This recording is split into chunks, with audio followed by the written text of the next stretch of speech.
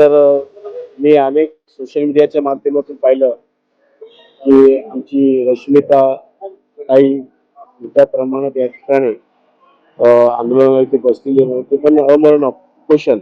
खरं तर ही अतिशय शोकांतिक आहे की आमची एक महिला जी आज दिवा पाटलांच्या नावासाठी झटते. खरं तर दिवा पाटील हे 5 अक्षरी नाव नसून हा एक विचार, आणि ही खरं तर ही लढाई जी आहे ही आमच्या स्वाभिमानाची लढाई आहे, आमच्या अस्तित्वाची लढाई आहे. ती लढाई रश्मिताई लढते त्याचा आम्हाला खरंच अभिमान वाटतो.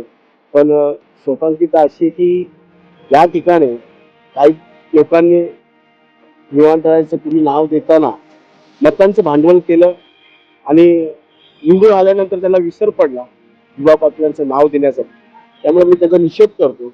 येणाऱ्या काळामध्ये हा आंदोलन मोठ्या प्रमाणात उभा राहील, आणि आमचे युवा पाटील हे फक्त आगरी समाजापुरते नव्हे तर सर्व समाजासाठी त्यांनी संघर्ष केला.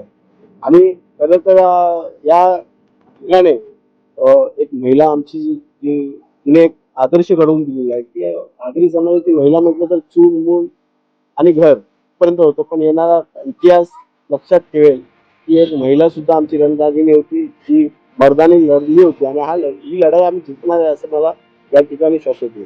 पाहायला गेलं तर प्रशासन सांगते की सरकार सांगते आम्ही प्रस्ताव पाठवलेला आहे, प्रस्तावाला मंजुरी येईल, या सगळ्या गोष्टीकडे बघा, या सगळ्या गोष्टी मी मगाशीच सांगितलं.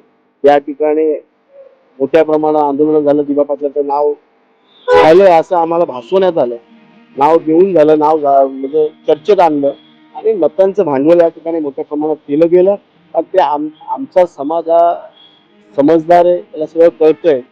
त्यामुळे येणाऱ्या काळामध्ये हे नाव पुसण्याचा प्रयत्न जो करत होतो ते आमच्या रश्मिताईने तिच्या उपोषणाच्या माध्यमातून ते अजून ज्वलन आगीसारखा निकालासारखं तिने त्याला भडका निर्माण करून दिलेला आहे. मला वाटतं की हा जो लढा आहे, हा लढा दिवा पाटलांच्या नावाला जोपर्यंत या ठिकाणी फलक लागत नाही तोपर्यंत हा लढा चालू राहणार आहे.